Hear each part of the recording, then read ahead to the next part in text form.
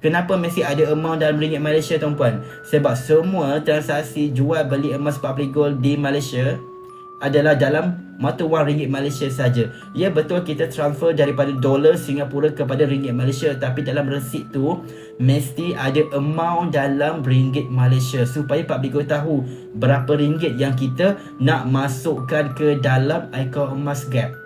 Alright, dan dalam resit juga perlu ada tarikh transaksi.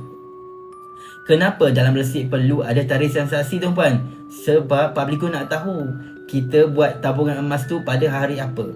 Harga emas kan tak sama setiap hari. Jadi public gold nak tengok resit yang kita upload mesti ada tarikh transaksi dan juga mesti ada amount dalam ringgit Malaysia. Alright, jadi untuk anda tuan-puan, boleh faham ke? Kalau tak faham boleh tanya di ruangan komen, saya akan jawab dengan sebaik mungkin. Jadi untuk anda tuan-puan yang nak mulakan simpanan emas bersama public gold, tuan-puan boleh klik link 3D bio saya untuk daftar percuma akaun simpanan emas Physical Gap Public Gold. Pendaftaran akaun adalah percuma saja untuk semua orang. Warga Malaysia boleh, warga Singapura boleh, warga Indonesia boleh, warga Brunei boleh. Anda berada di mana pun tuan-puan, warga negara mana pun, kita boleh buat tabungan emas di akaun simpanan emas Physical Gap Public Gold. Okey, boleh klik link 3D bio saya untuk daftar percuma akaun simpanan emas.